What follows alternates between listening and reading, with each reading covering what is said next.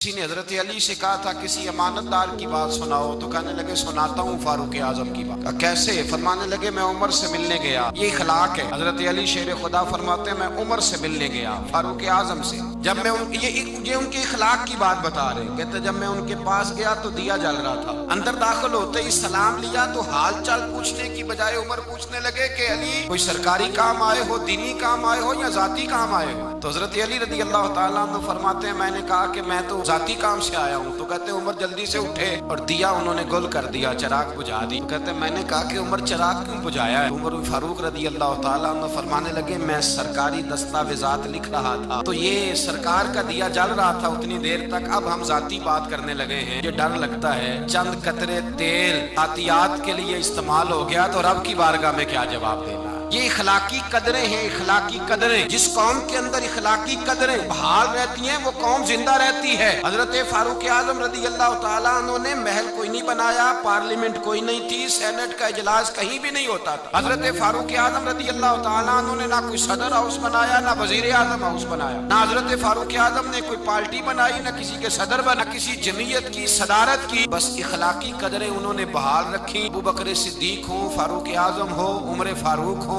हजरत उस्मान गनी हो या मौला अली हो, इनके इखलाक और किरदार जिंदा हैं तो ये लोग कयामत के बाद भी जिंदा हैं। इखलाकी कदरें जिस कौम की जिंदा रहे, जो इखलाकी तौर पे मर जाए इखलाकी तौर पर। हजरत फारूक आजम रदी अल्लाह ताला अन्हु माले गनीमत। हजरत उस्मान कहते मैं छत पे खड़ा था तो एक आदमी को देखा, दोपहर का वक्त है, सख्त शिद्दत की धूप चमक रही, नंगे पांव एक बूढ़े को देखा, ऊंट हाँकता हुआ आ रहा है। मेरे दिल में ख्याल आया इस बूढ़े को मशवरा देता हूँ, कि जनाब छोड़ दें, ये आप इस उम्र में किस चक्कर में लगे हुए हैं, दुनिया सो रही है आप भी सो जाएं। कहते मेरे दिल में ख्याल आया कितना हरीस बूढ़ा है।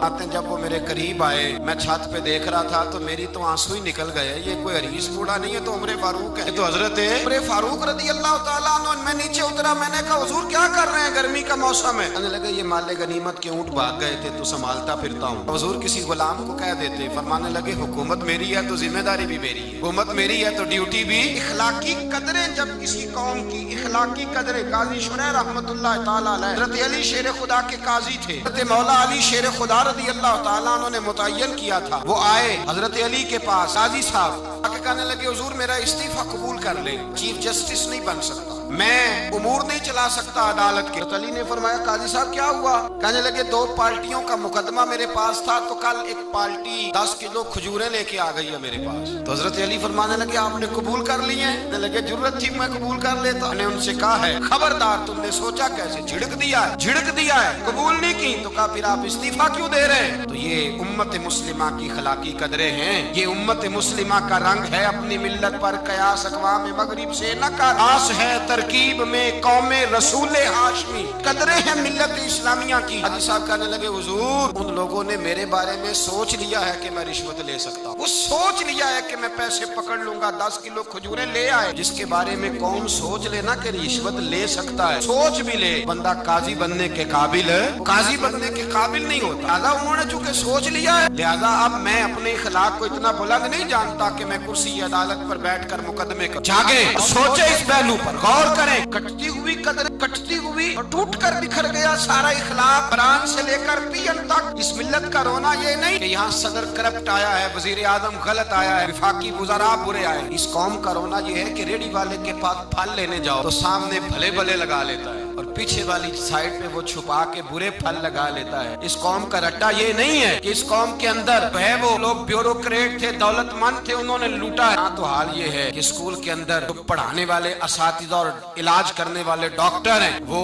अपनी ड्यूटी को इतनी तवज्जो नहीं देते जितने अपने प्राइवेट इदारे और एकेडमी को तवज्जो दे। अखलाकी कदरें जिस कौम की पामाल होती है, मेरे रसूल पाक सल्लल्लाहु ताला अलैहि वसल्लम ने फरमाया याद रखो अगर तुमने अपने इखलाक सवार ली और तुम में से जिसका इखलाक सबसे अच्छा हो गया, की आदतें संवर गई, हुजूर फरमाते हैं रब उसे दिन को रोजा रखने वाले और रात को तहज्जुद पढ़ने वाले से ज्यादा अच्छा अजर अता फरमाएगा। इसने अपने इखलाक को अच्छा कर, अपनी आदतों को सवार लिया और फरमाया मैं तुम्हारे इखलाक सवारने आया हूँ, मैं तुम्हारी आदतें निखारने आया। मेरे रसूल पाक अलैहिस्सलातु सलाम ने इखलाक की कदरें, मेयार बुलंद किया। इखलाकी कदरों का मेयार लोगों पर बोझ बन जाता था। अगर किसी का एक पैसा किसी के हाथ आता था उसको रात नींद नहीं आती, ना मुहाल होता था। ये इखलाक था। साथ वाला पड़ोसी बेचैन होता था तो इस घर में भी किसी को नींद नहीं आती थी। ये इखलाक था। उस्मान गनी रदी अल्लाह ताला अन्हु अगर मालदार हैं, जिस भूखे की भूख का पता चला है, उस्मान गनी ने अपने कंधे पे तोड़ा रख के उसके घर पहुंचाया। इखलाकी कदरें थी। हजरत बिलाल हबशी रदी अल्लाह ताला अन्हु का रंग काला है, होंठ मोटे हुए नहीं है, लेकिन वो जब भी आके खड़े होते थे सारे कुरैशी हाशमी खड़े होके उनका इस्तकबाल करते। इखलाकी कदरें जिस कौम के अंदर मजबूत होती हैं, हमारे तो घरों में सत्यानाश हो गया इखलाक। बेटा शिकायत करता है, मैं हुकूके वालिदैन पे बयान कर रहा था, बच्चा बाद में मुझे मिला, कहने लगे साहब दुखड़ा भी सुन लो थोड़ी देर के लिए। मैंने बड़ी अजमतें बयान की माँ बाप की, दुखड़ा भी सुन लो। मैंने कहा सुनाइए। कहने लगे अगर अब्बा राजी उससे हो जो जेब ज्यादा गर्म करे, अगर अम्मा गीत ही उसके गाए, अम्मा को पैसे ज्यादा कमा के ला के दे तो मैं गरीब हूँ तो बताए मैं अम्मा को राजी कैसे करूं। जहाँ इखलाकी कदरों का ये हाल हो कि बच्चे सोचने लगे पैसे होंगे तो बाप राजी होगा, पैसे होंगे तो अम्मा राजी हो। मेरे मुस्तफा करीम अलैहिस्सलाम सहाबा के इखलाकी पहलुओं पे तवज्जो देते और हिलम का, हौसले का, तहम्मुल का, बुर्दबारी का, सखावत का दर्स देते। इसीलिए इखलाकी कदरें बड़ी मजबूत थी। हजरत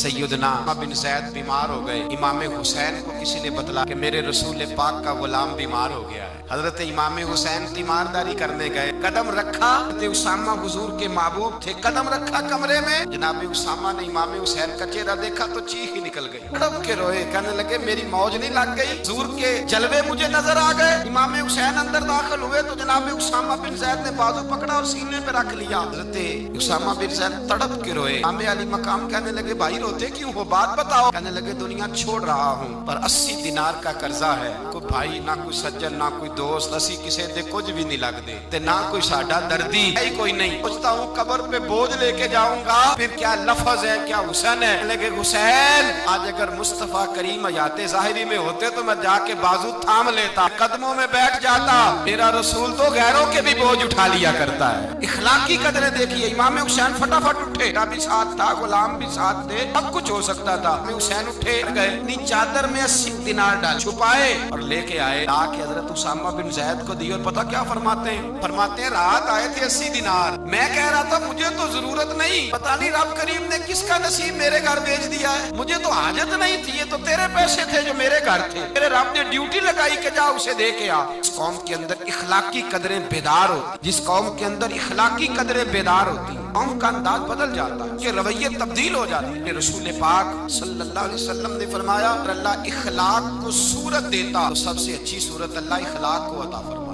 सारा दिन कंगा की, सारा दिन शीशे पे खड़े रहे, सारा दिन आईना देखा। ओ भाई गर्दन झुका के दिल भी देख लेता तो मैल कोई नहीं फिर तू बड़ा हसीन है, अगर बुग़्ज़ कोई नहीं फिर तू बड़ा प्यारा है, अगर हसद कोई नहीं फिर तेरे अंदर बड़ी रोशनी है, अगर तू किसी का दुख बांटता है तो फिर क्या बात, अगर तुझे किसी पे शफकत आती है फिर क्या बात, अगर किसी के रोने से तेरी आंखें भी रो पड़ती हैं फिर तू बड़ा ही आला, फिर क्या बात।